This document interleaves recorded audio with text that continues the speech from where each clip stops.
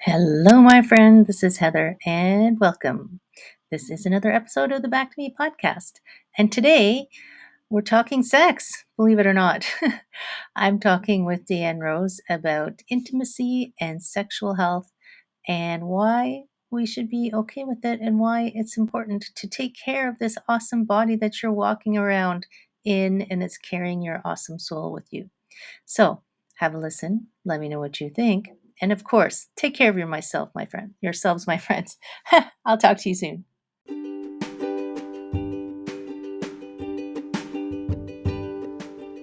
Hi, my friends. Welcome. This is the Back to Me podcast, and this is Heather, and I am super excited that you're here. You are going to hear some tips and some tricks and some ideas to help you live your happiest and healthiest self. I call it Back to Me because when you are taking care of yourself, back to me, then you can take better care of others, and we can all make the world a better place. This is Wellness Your Way, and I am super happy that you're here.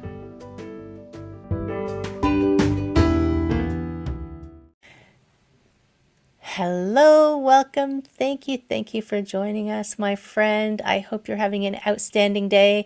This is Heather. This is the Back to Me podcast, and we have some amazing people, as always, to talk to. And this week, we are talking to Deanne Rose from the Unbridled Woman, or yes, that's what the program is, the Unbridled Woman. And we are going to talk, desire. Who doesn't want to talk about desire? Oh my gosh, seriously. Yes, yay. Yay. Hi, Deanne. How are you Hello. today? I'm wonderful, Heather. How are you? I'm doing great, Yeah. actually. 2023 is a good year, man. We've been It, waiting so long. yeah, Right. it started, it's going well. It's It's going by going well. fast. And yeah, it's just as we were talking before, I'm so happy I saw this on my calendar. I've been looking forward to this chat with you. Yes, me too.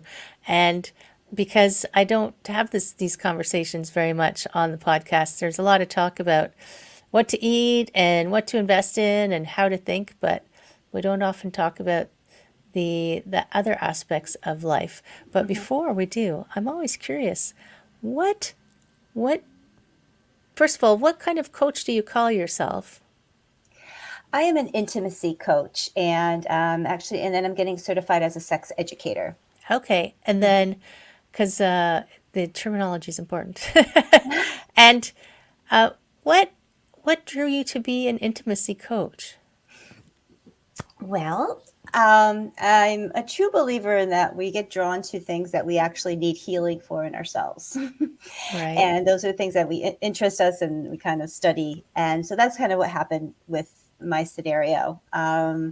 So I I started this journey back in 2018, Well, and I was divorced a few years before that, and this was just another breadcrumb that I was called to follow, was to really connect back to my pleasure and sensuality and to my feminine energy and essence, and to really understand truly what that means to walk this way and be in this world, and truly how sexual energy is our life force energy. It's part of our overall health.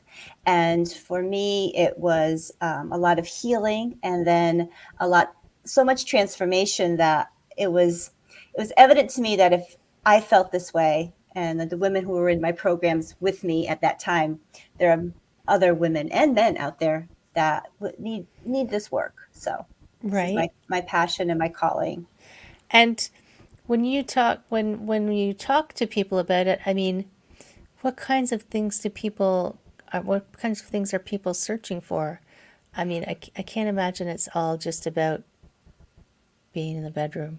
I mean, there's No, so much no, more to it's it than not. that. Yeah, and that's why I play around with names of what I do, Right. and intimacy really kind of fell because, everybody's looking for some kind of intimacy, a connection, whether it's to other people or to themselves. And that's sensuality. It's a connection to the pleasure in life. And it could be sex. It could be an ice cream cone, but it's allowing ourselves that permission and releasing that shame and guilt and that trauma that might have been put upon us that said, no, you're not worthy of that. You can't have that. So the essence of my work is really to help people remember really who they are, Right. and to step into a more empowered version of themselves. It's so this sometimes I wonder if the universe just aligns things for me because just today, have you heard of the book Outwitting the Devil? I actually, a friend of mine just told me about that. Okay. Well, maybe the planets are aligning for Yes. you too, by Napoleon Hill. And I heard about it on another podcast that I listened to. And I mean, Napoleon Hill is, whether you believe it or not, he's interviewing the devil about how he controls people. And the devil is talking about how he uses sex to control people. And Mhm. and it was interesting. The devil said, sex is not. What did they use the term? It's like not dirty. It's not something to be embarrassed about. It is how we continue creation. Like it is a form Yeah. of creation. It's when it's misused and misunderstood and used improperly that the devil has control of you. If you can Yeah. insert the name of the evil being of your Right. preference right there, but Yeah. Yeah. apparently Yeah. the devil also uses procrastination, my friends out there. But so it Um, is like I think if the Puritans in us, we have this long, huge history mhm. of, oh my gosh, we don't talk about that, right? No, absolutely. And I think that quote you said is so very true, because when things gets there's a song, I think it's a country song. When you stuff things down, they come out sideways. Oh my gosh, um, that's so good. and that's true. Like, you stuff down the shame around sex, and all the misinformation. You stuff that, and how does it come out in our society? It comes out in a very dark shadow way, right? And then it gets a bad rep, instead of the sacredness that it is. And the way it's often portrayed. I mean, we are fed Mm-hmm. a lot of information, just Yes. even visually, on advertising and movies, and Yeah. you can get a really if that was your understanding of how the world worked, if you watch TV, you would have a really messed up view of the world. Yeah, and unfortunately, a lot of young people are getting their messages, that their education, their sex education, from that. And, then we wonder why relationships don't work, or why there's violence against women. And, you know, Yeah, and I'm remembering education from school, and I don't think the teachers were prepared to teach it. no, no, that's no. I actually went to a Catholic school, Okay, and, and a priest taught me. really, Yes. really, wow. And I So, suppose their agenda was don't do it don't do it. And, yeah, it's, unless you're married unless and you're making married. babies. Exactly, but not really telling, like, yeah. So, but I mean, he had no idea about my anatomy or anything, like, So, I think it's one of my goals in life is actually to empower parents so they can empower their children. Because sometimes parents are Right. so too embarrassed to talk about it, right? And then the child gets information from Their you know friends. their friends or the internet TikTok. and all that. Oh goodness. Um, Don't use TikTok to educate your children. no, no, no, no, no. And I mean, I guess what do you think is a way to start to deconstruct that? Like, how do you approach it to make people start to relax? Hmm. Well, for me, it's just talking about what I do, and I go on podcasts, I'll do my networking, and it's funny, like, either people get drawn to me, or they're like, oh, they don't want to talk to me. Um, but that's okay, because it all comes, like, my most perfect clients are the ones who are open and ready for this work. And it takes time. It takes a willingness to, want to change, because you're changing a story about yourself, you're changing some old belief systems, and it could be scary. So I really like to teach people and address this topic more of, really kind of coming back to your own reclamation of bringing pleasure into your life, right? Just and in the smallest stuff. It could be just, like I said, it could be eating a piece of chocolate with intentionality and connecting back to your body. And that's a main part of when I work with clients, is bringing them back into their body, because most of us are not in our body because of trauma, or different things that have been put upon us. It's been safer kind of just to disconnect. So we really don't know what we feel anymore. We're too much in the head. Well, and I find it's not even necessarily trauma or bad things that have happened. I think we just as a society reward everything intellectual, and Mm-hmm. unless you're, a $20 million a year athlete, which even that I just can't even wrap my head around. But because I've taught yoga for 19 years, and Mm, I mean, I retired from massage therapy, but even just regular people, if you ask them, I would be treating someone or teaching someone, and they would say, "Oh, what's that?" right. It's Mm-hmm. just like, well, you didn't know that your arm hurt? You just didn't notice that? And because they are just kind of like cut themselves off at the neck and Yeah, think this body is just this thing that carries them around instead of its own mm, intelligence system. And absolutely. the brain and the Absolutely. body are supposed to work together, friends. They're Mm-hmm. friends. Let them hang out together and play, right? Yes, yes, because something that could start off as just a whisper, where you can, catch things in time, but a lot of people wait until it's like a big scream and like something is really wrong now. Now I have to do something about it, instead of being in tune with, oh, this is happening in my body. What do I need to change or look at? And that's one of the things that I used as an example for people as well. And it's exactly what you're saying was when people came to me who were in pain, I Hmm. tried to have them realize that the reason they were in pain was because they didn't hear what was happening before. Yeah. And pain is your body shouting loudly because you didn't hear it the rest of the time. It was the only way it could get your attention was to yell at you. So take care of me now. Yeah, yeah. Well, it's that, what's that saying? It's the straw that broke the camel's back. Right? It's, Yeah. when people pull their back out. Oh, I pulled it out, just picking up a paper clip. Well, no, you didn't. No, that's not what happened. I have a friend once who said he threw his back out by putting on his sock. And I said, I don't know about that. You're right. I think this is Heavy not the sock. sock's fault. It's not the No. sock's fault. Definitely not. Are there practices that you use that help people? Like, do you have people do mindfulness or visualizations or even just like movements, or do you find it varies between people? Yeah, well, I I really start with, yes, with breath work, because I feel when you can feel your breath moving through your body, we can actually feel you breathing, because Right. and then that when you not, aren't breathing, you can pause and start your deep breaths, because a lot of us just breathe just from our chest and very shallow.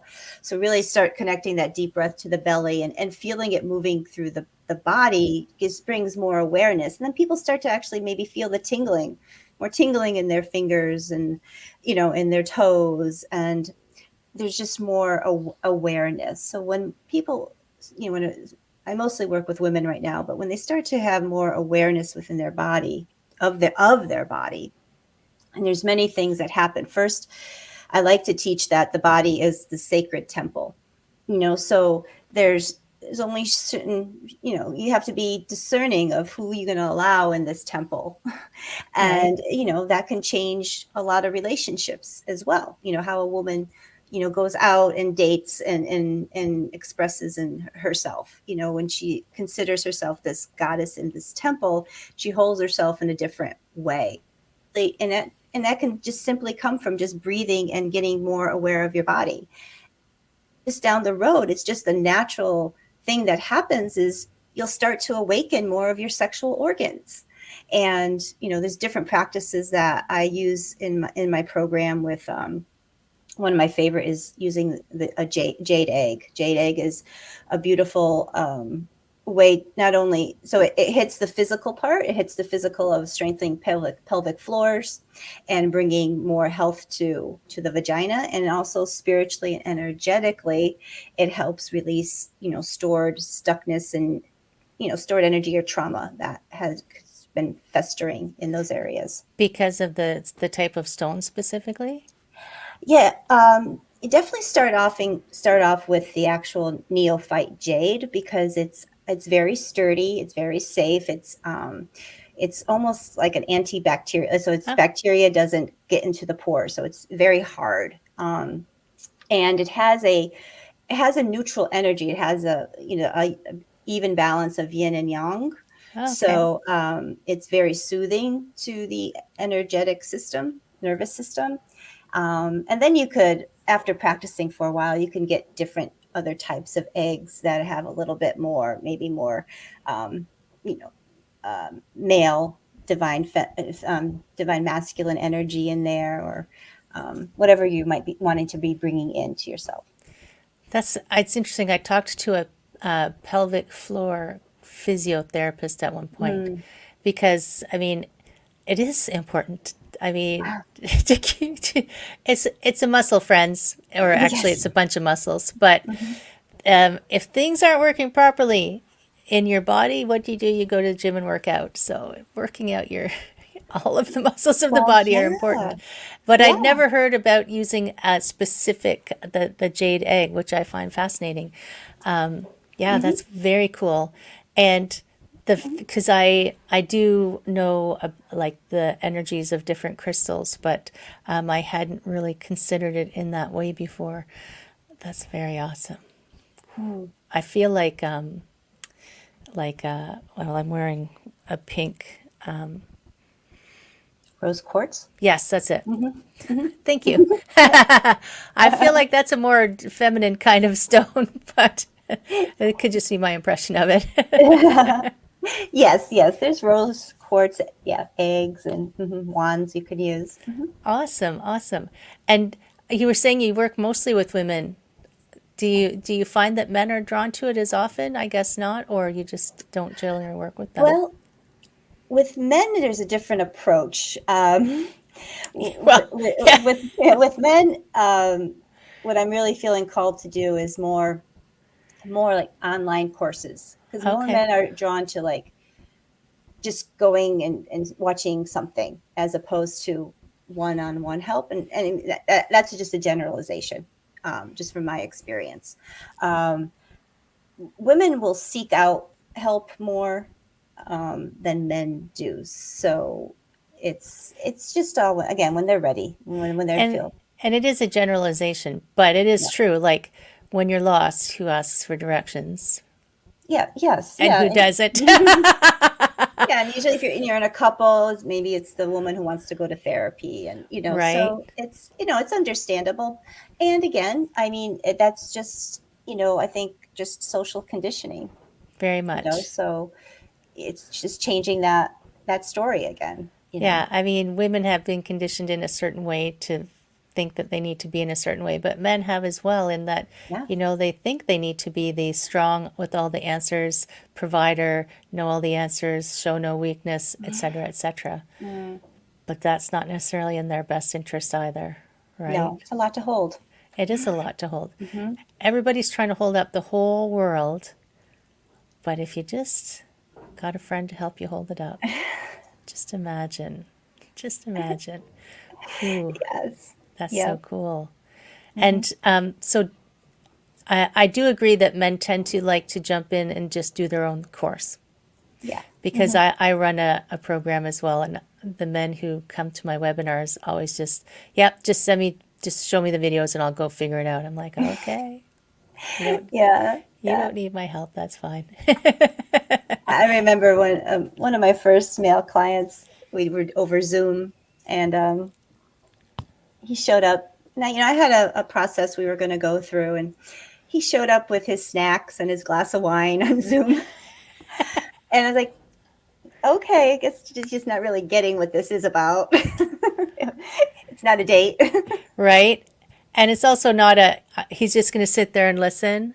And Well, yeah, well, or even do the process, but he might be snack, so he's not going to be totally like present in this yeah. right. Yeah, so I think it was an avoidance mechanism on his part. Did you get him around? Did you bring him around? Yeah, well, we worked a few times together, but that Okay. was it. Yeah.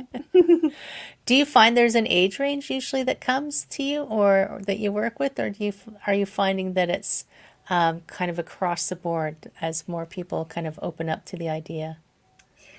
Yeah, I definitely. I mean, I get women usually coming into their 30s. That seems like to be a big transition period. And then about 50, 55-ish, kind of, all right, we're going into maybe a empty nest situation soon. And, they And don't have to, maybe, yeah, they maybe don't have to, in the interim they've been busy having babies. right. Yeah. And, yeah. Taking, exactly. And doing life that way, so it's understandable.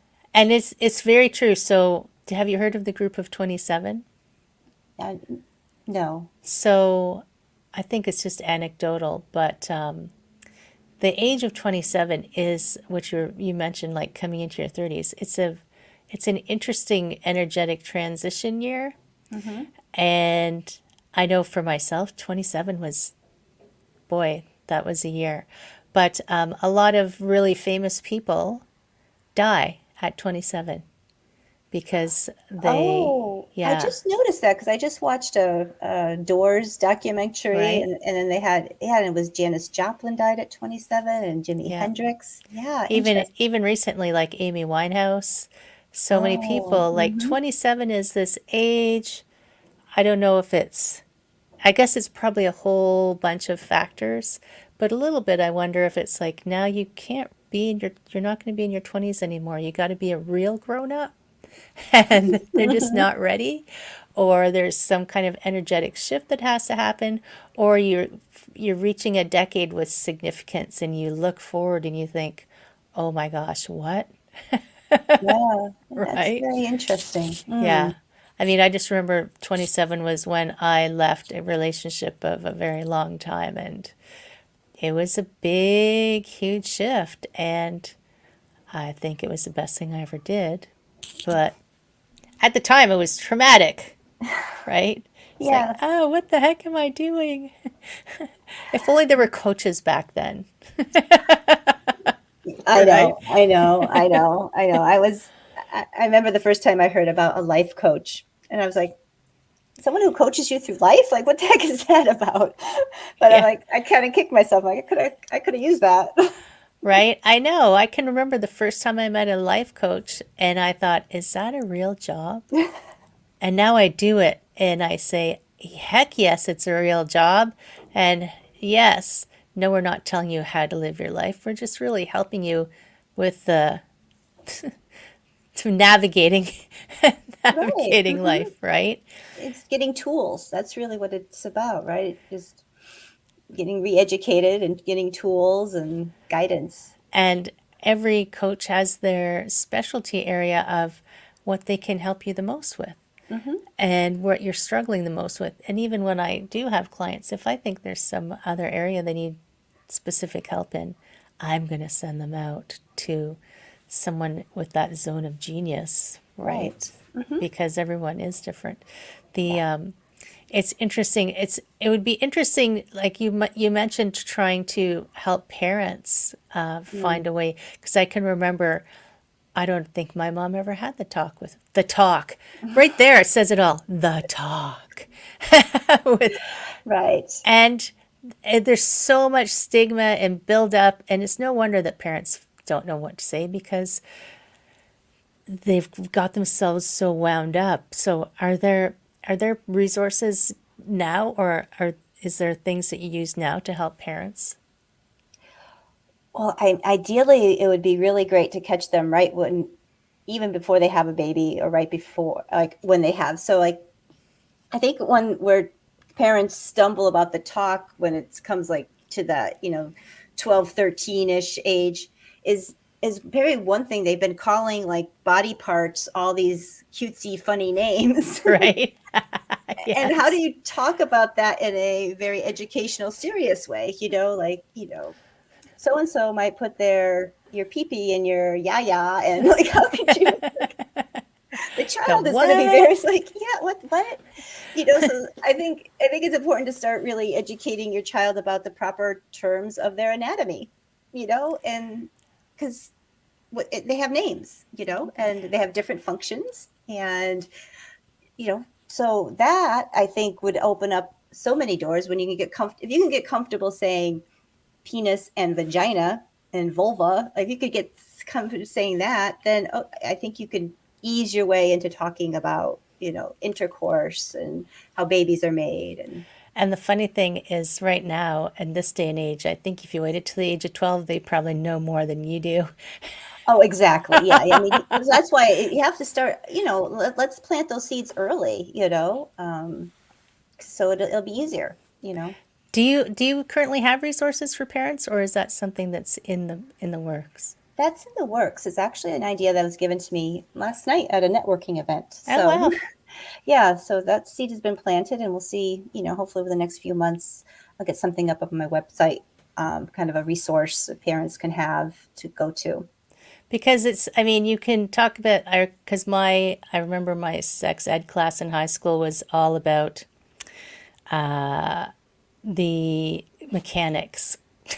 Right. It's like, well, it's like, yes, it's important to know the mechanics, but it's also important to understand the emotional context of it Hmm. and the power dynamics of it and Well, and there's like, boundaries, there's consent. right? Teaching your children consent and boundaries, like, I was just actually listening to something. This was right before the holidays. It was on a podcast. I'm like, this is really great information for parents. I don't know if you had this when you were growing up, but we had relatives come over. I had to kiss everybody or go sit on so and so's lap, and like if I didn't Right. want to, you had to, and because it would be rude. Auntie would feel bad if you didn't. But the thing is like you're teaching children that what they're feeling in their body isn't important, and what they say is not important. So Right. then as they get adults, they don't understand what consent is, or they assume that everybody else knows better for them, Right. and that leads to, yeah, it leads to bad relationships. It leads to just not feeling good about yourself. And that's not something that I would have thought of. Like that's a really interesting example that because you are expected to, hug and kiss your aunts and uncles and grandparents, and I know some people who just aren't huggers. They just Hmm. That's just who they are. So Yeah. I developed because I am a huge hugger. I'll hug complete strangers, but I always ask, "Are Yes. you a hugger?" Yeah. Would you like a Because hug? Can I would touch you like you? a hug? Yeah. Yes. And but it is true that in little kids, we don't ever give them that opportunity to express who they are. They're not just being crabby little kids. Maybe they just don't want to. Yeah, and you know what? If you give them space, probably 5 minutes later, children, they'll probably be on the person like, oh, I'm hugging and kissing them, because Right? they got the choice. They got to choose. That's such So, an interesting example. mhm, That one just never occurred to me. yeah, Good to think about. Good hmm. to think about. So good. And you have a Facebook group too, right? Is it a closed group? Is it, Uh, It's private, so you just Private. ask to join and then you come in. Yes, I switched it over for this year to be more of a sex educational platform, to just share different articles and maybe things I'm learning through my own certification, and it includes both men and women in there. And sometimes there's dialogue, but mostly it's just me kind of posting, what I find interesting that someone might want to And get more what's information the about. name of the group?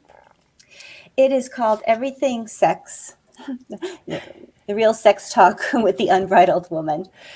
And you told me that the E in sex is Oh, it's a star, so it's it's a star. S star X. Yeah, because So the otherwise, Facebook police won't come.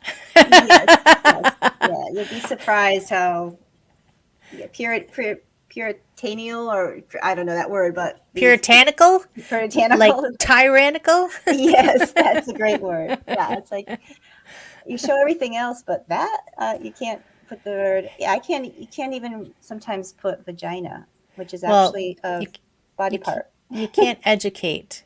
You You can't. can only hate, No, sadly. mm-hmm. But yeah, so don't worry, Facebook friends. I'm going to include or Facebook friends, podcast friends. I'm going to include the link in the show notes to the Facebook group if you want to just go and check that out. And your website has resources for people on it as well, and how to contact you as well.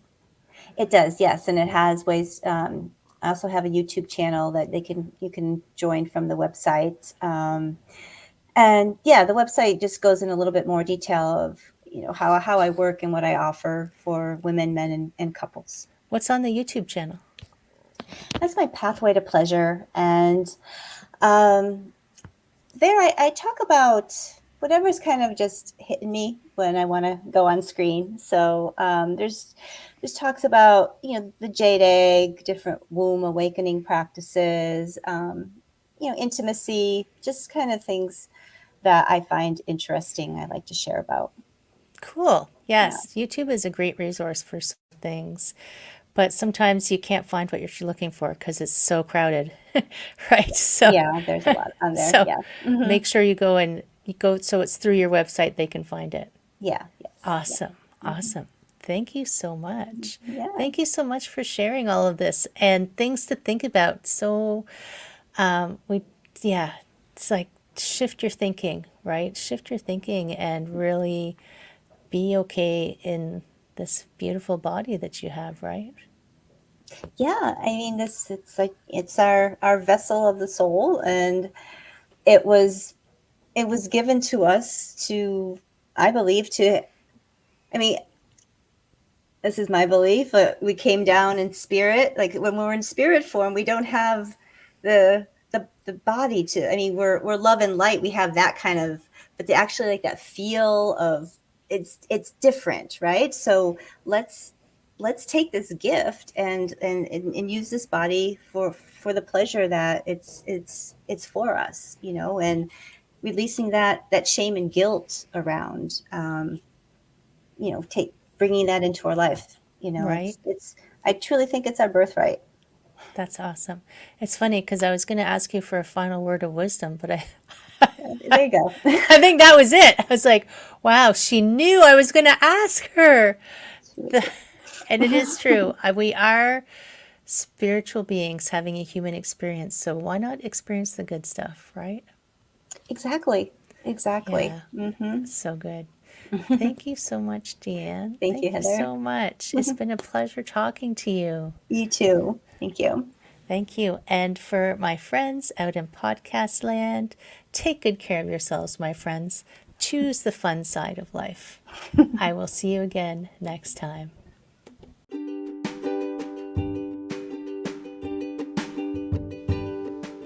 Hi, my friend. Thanks so much for listening to this entire podcast. If you found it useful and you're like me and you like helping others, please feel free to share this. Give it a like, give it a comment. If you found something useful in it, there's a chance that someone else will find something useful as well. Also, if you have any questions at all, I can absolutely help and I would love to help. You can email me at heather@prosperityflowcoaching.com. If you want more of this awesome content, You can follow me on Instagram, Heather Stewart Coaching. You can follow me on Facebook, Prosperity Flow Coaching. And I have a personal request. I want to help as many people as I can with these podcasts. And if you could give me a review, hopefully a good one, if you could share, if you could send this out into the world, I would truly appreciate it. I hope you have an amazing day, and I hope that you find your way to wellness by getting back to me. Take care, my friend.